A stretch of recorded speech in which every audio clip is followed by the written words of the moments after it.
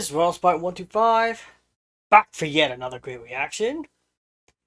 This time it's Naval Legends, Rock, I think it is. Hold on. Cleveland, Cleveland class USS Little Rock. Yes, hope I got that right. That's what's on the thing anyway. Yes, this was voted for in one of my polls.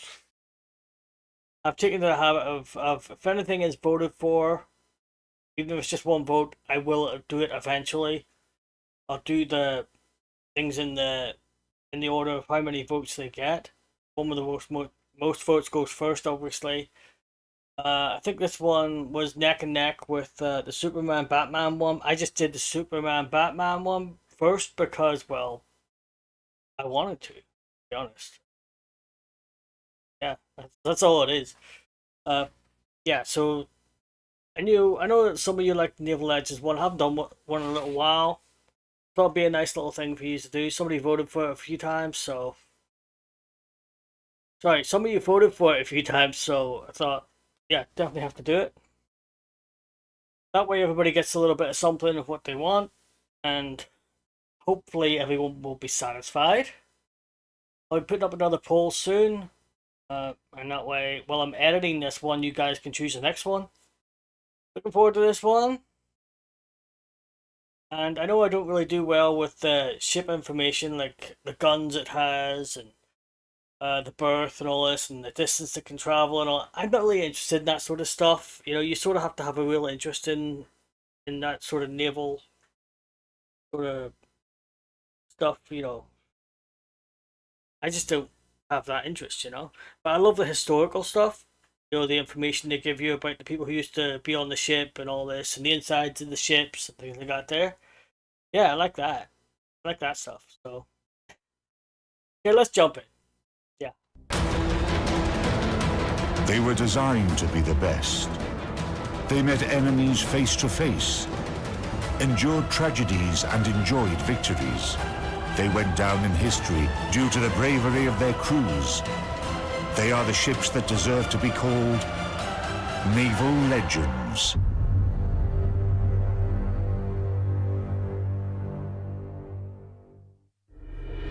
In this episode, the unsinkable Clevelands.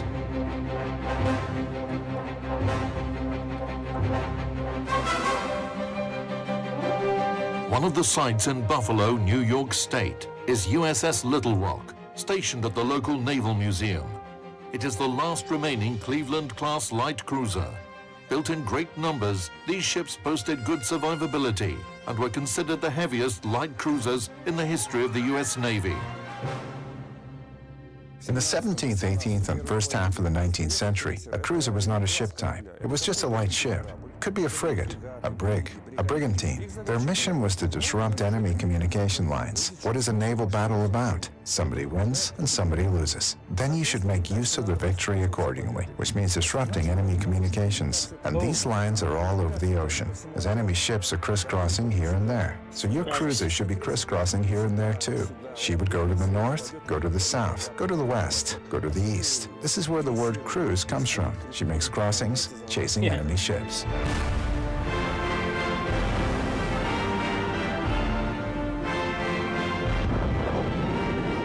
However, if there are ships to disrupt supply routes, then you need ships to perform counter operations. This led to the emergence of different cruiser types: protected, light, first rank, second rank, all kinds of cruisers.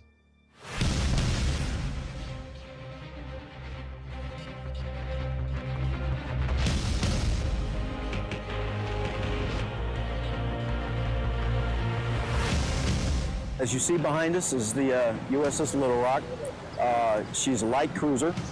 The reason why they call it a light cruiser is because her tonnage. She weighed 12,000 tons, and also she had smaller size naval guns. She had 6-inch guns, vice like a heavy cruiser had 8-inch guns. But she is the last Cleveland-class cruiser that's in existence today. So this ship's lighter, has smaller guns, smaller battle guns anyway. Yeah. Okay. Now we know why it was called a light cruiser. I didn't know that. I mean, I assumed it was lighter, yeah, and that's why they called it a light cruiser. But she is the last Cleveland-class cruiser that's in existence today. The first ship, whose name was given to the whole series, was laid down in summer 1940. Her displacement was much higher than the standard for light cruisers at the time.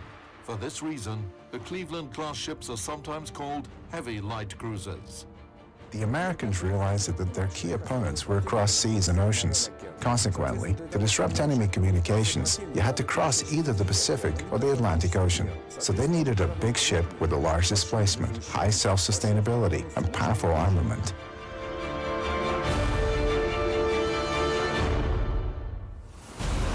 Key specifications of the Cleveland-class cruisers.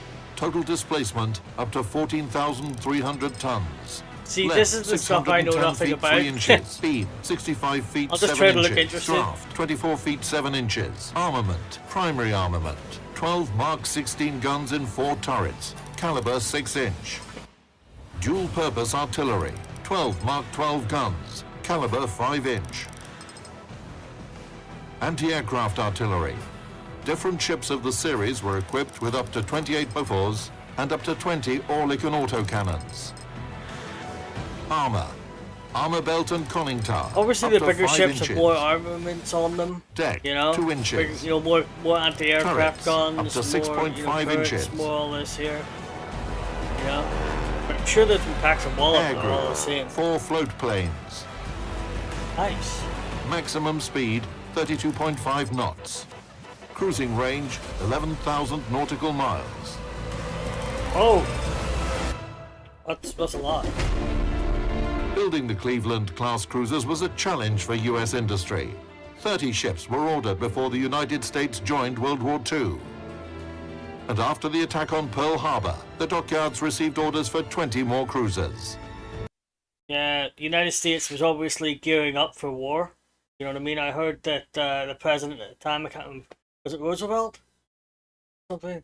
I think he wanted to join the war. He wanted to fight the Nazis, but public opinion was against it. So he couldn't, you know, didn't dare go against the public, sort of thing. Pretty sure he wanted to join the war earlier, but you know, just never had a good enough reason. So obviously he's gearing up, right? He ordered 30 before they joined the war, and after Pearl Harbor he ordered another 20. You know what I mean? Ooh. Okay. And after the attack on Pearl Harbor, the dockyards received orders for 20 more cruisers. The cruiser was used to protect the battleship. Right, Then, of yes. course, after Pearl Harbor, battleships, they realized that battleships were not what we needed. We needed to move forward. And so the aircraft carrier became the center of the battle group. Like dropping a stone into a pond or a pool of water, and you see the ripples as they move out. So you would have the center would be the aircraft carrier, the next thing out would be the cruisers, the next thing out would be the destroyers. Yes.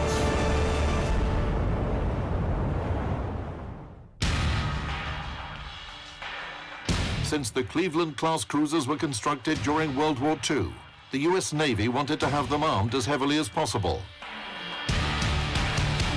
This guideline was set by President Roosevelt himself. Yes, I was right. Was Roosevelt.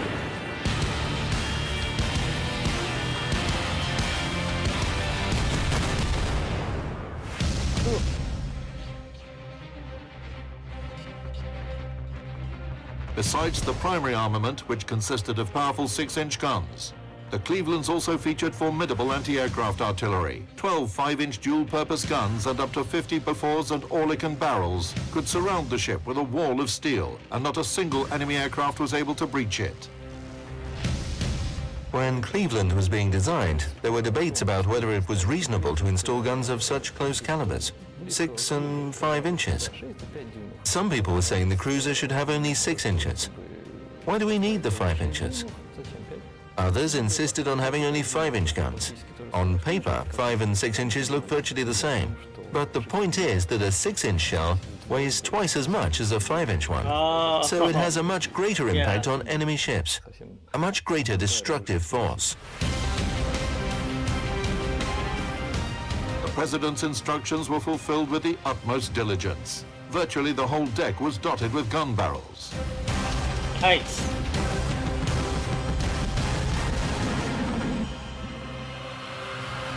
But the designers got so enthusiastic that the cruiser turned out to be over-equipped with armament. As a result, one of the key drawbacks of the Cleveland class is that it cannot be upgraded. You had to either disarm the ship completely or leave her the way she is. For example, when missile systems were installed on these ships after World War II, part of their guns, specifically the primary armament, were simply removed.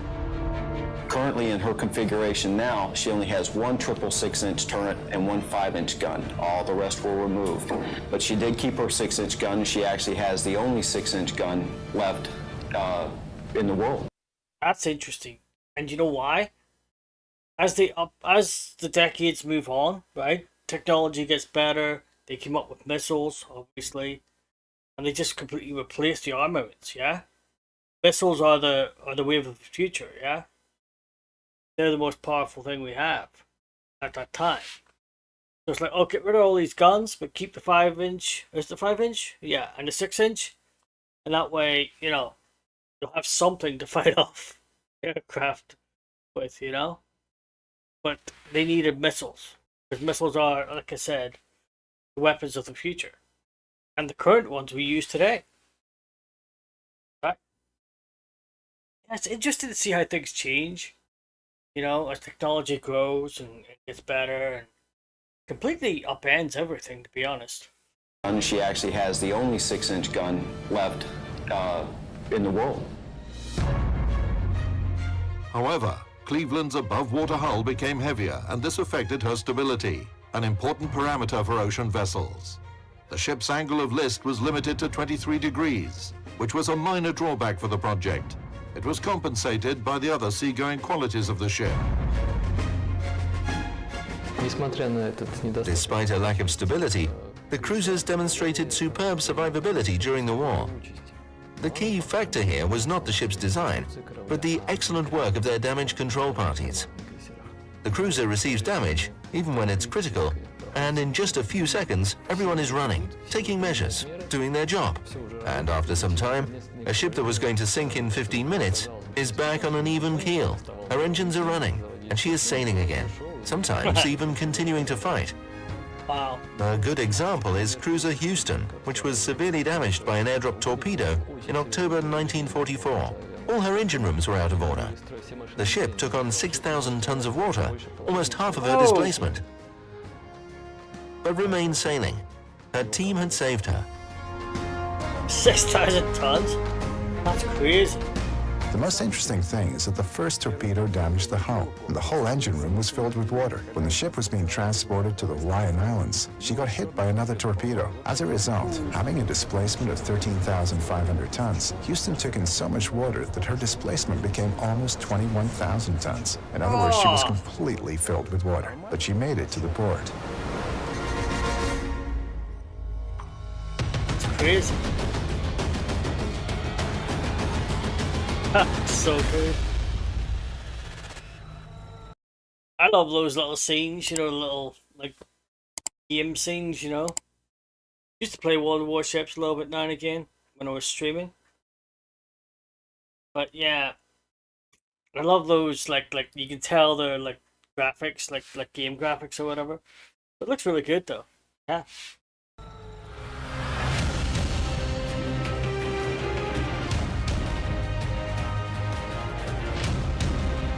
The Cleveland class was the most numerous series of light cruisers in U.S. history.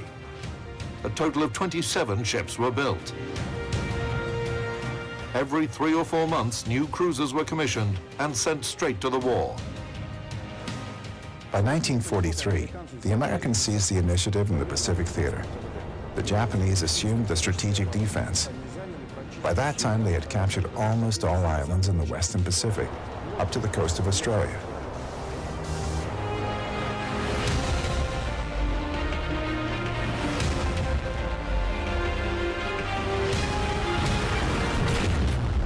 Oh, wow.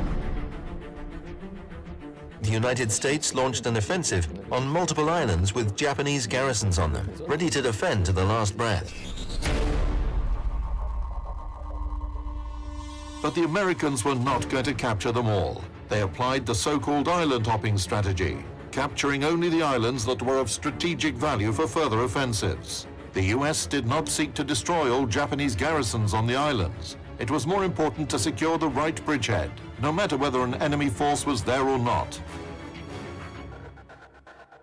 The Battle of Bougainville went down in history as the first U.S. offensive operation against Japan.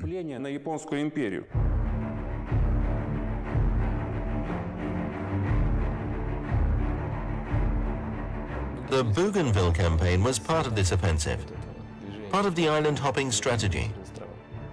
It was actually a bit grotesque because US forces were deployed on Bougainville in a place where there were no enemies. The Japanese were stationed on this island, but in a different part of it. So the Americans were deployed there, but didn't try to capture the whole island, only the part they needed. For the Japanese, from their standpoint, this was an unthinkable impudence. Deploying next to our base, where we have plenty of troops, plenty of ships, plenty of aircraft, right here within a stone's throw. And what are they going to do? Okay, they've deployed their forces here. They will probably attempt to capture the whole island. But they are not trying to capture the whole island. How can that be? Bougainville was immensely important for the United States, as Japan's major air force and naval base, Rabaul, was just 400 kilometers northwest of it. Powerful forces on Rabaul were preparing to advance to the south and southeast. By that time, Tokyo was controlling almost the whole of Southeast Asia, half of China, and hundreds of islands in the Pacific Ocean, from Sakhalin and the Kurils in the north to the Solomon Islands in the south.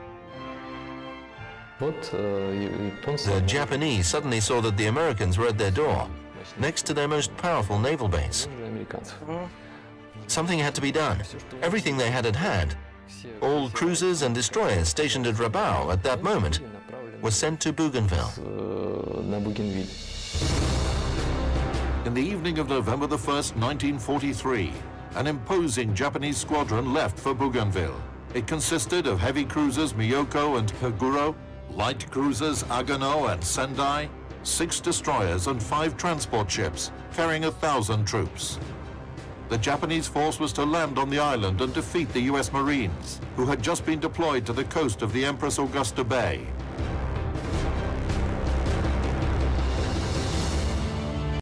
I'm thinking they're starting to think that just because the Americans have just arrived, maybe they won't be set up right, won't be prepared, you know. But I guarantee they are. Yeah, I guarantee the Americans are probably prepared for an attack any moment. You know what I mean? It's just one of those things. I think it's crazy. Oh, sorry. Ugh. It's almost 1 o'clock in the morning here. But yeah, I think it's crazy how they only took part of the island and they're just not bothering to take the rest of it. Yeah, they're obviously just trying to get their base set up or whatever, yeah, before any exercise can be done.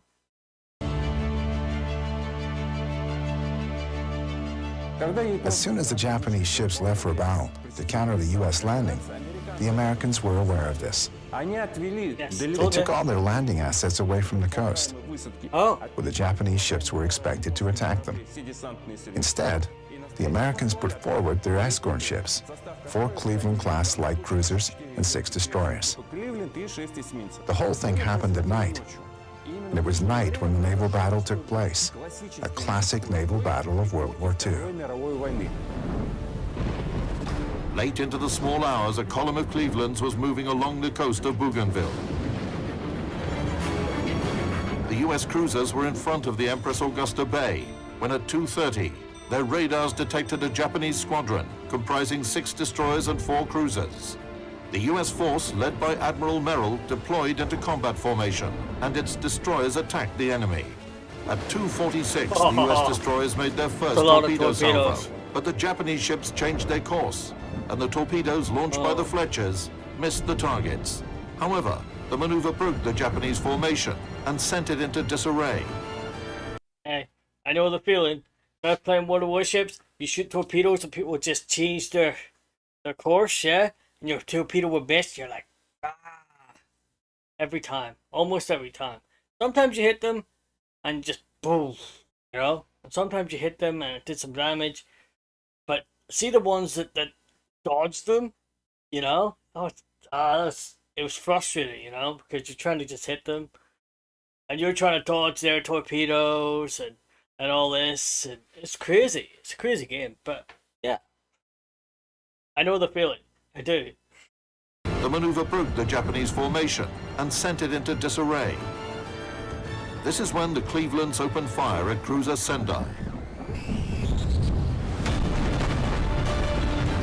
Primary armament shells severely damaged the Japanese ship. In this turmoil, heavy cruiser Miyoko ran into a friendly destroyer, cutting off part of her bow.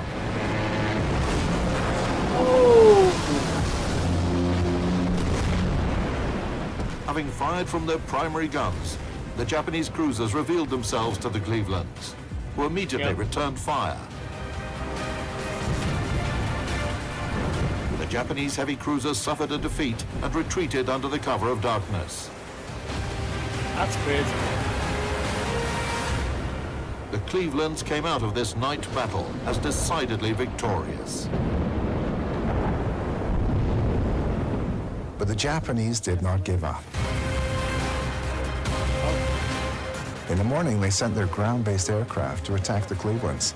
And here, Cleveland-class cruisers demonstrated that they not only had excellent artillery to defeat similar surface ships, but also boasted superb anti-aircraft armament. They virtually engulfed the sky with fire, and the Japanese aircraft were unable to do anything, not even break through to the ships.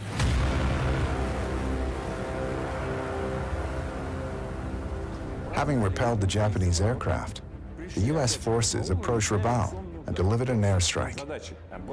Basically, the Americans fulfilled their mission. At the same time, the Japanese garrison on Bougainville proved to be as firm as samurai.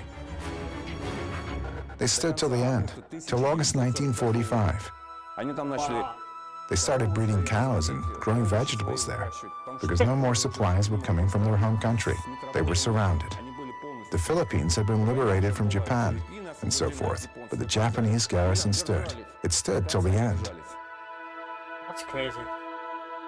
I think it's great that they were so resourceful, you know? They just stood the tide of the American war machine, you know? Right to the end.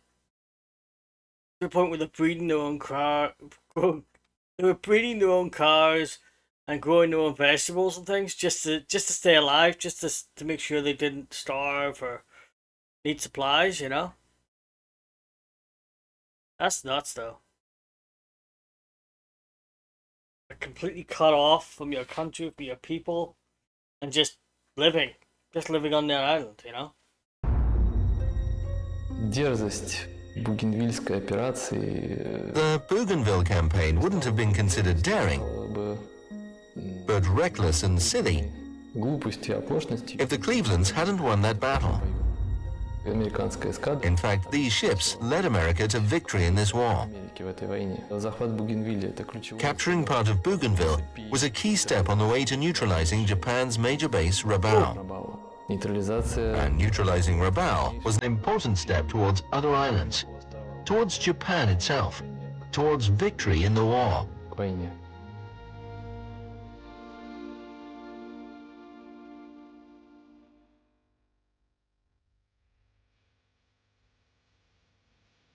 The Cleveland-class light cruisers went through the Pacific War with flying colors.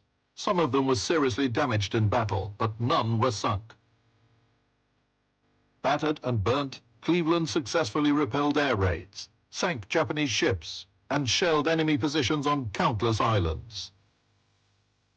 Apart from the 27 cruisers, the hulls of the Cleveland-class ships were used to build 9 light aircraft carriers of the Independence class, which had a significant impact on the outcome of World War II.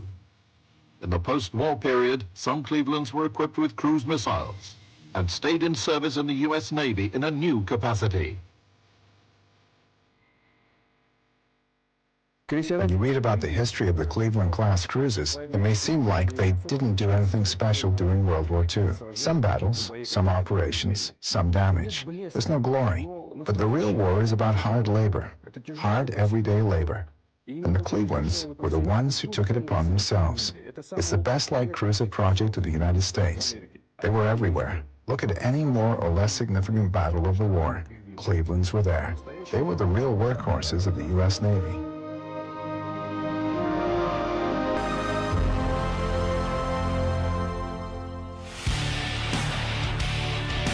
USS Little Rock is the last remaining ship of her class. She served as a missile cruiser until the summer of 1977, when she was decommissioned. Today, the former squadron flagship is a museum in Buffalo, and her menacing appearance embodies the pride and glory of all Clevelands.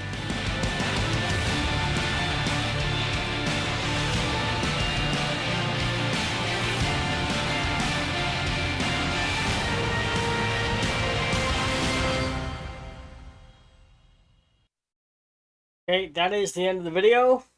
I enjoyed that one. It was a nice little video to watch. Hope you enjoyed it. Hope you enjoyed the reaction. And yeah, it was interesting, you know. Yeah, the battle next to the island was great, you know, just to see it, just to hear about it, you know what I mean? And definitely the inhabitants of the island, well, that was crazy though. Just living there until the end of the war. Yeah, just defending the island, defending their base, you know. Yeah, I mean, that was fantastic. Let me know what you think about it in the comment section. And I don't know what else to say, really, you know. I mean, I said it all during the video, you know. It's hard to talk about stuff that I don't really have. You know, you need to have a real interest, you know, in this sort of thing. I'm interested a little bit, you know, like the history and stuff. But the ships themselves, I don't know. It just never seems to stick with me, you know. Like I said, there are people that are really into this, and really get into it, and really enjoy it. And I hope they enjoyed this reaction. You know, I did the best I could. And until next time, I am out of here.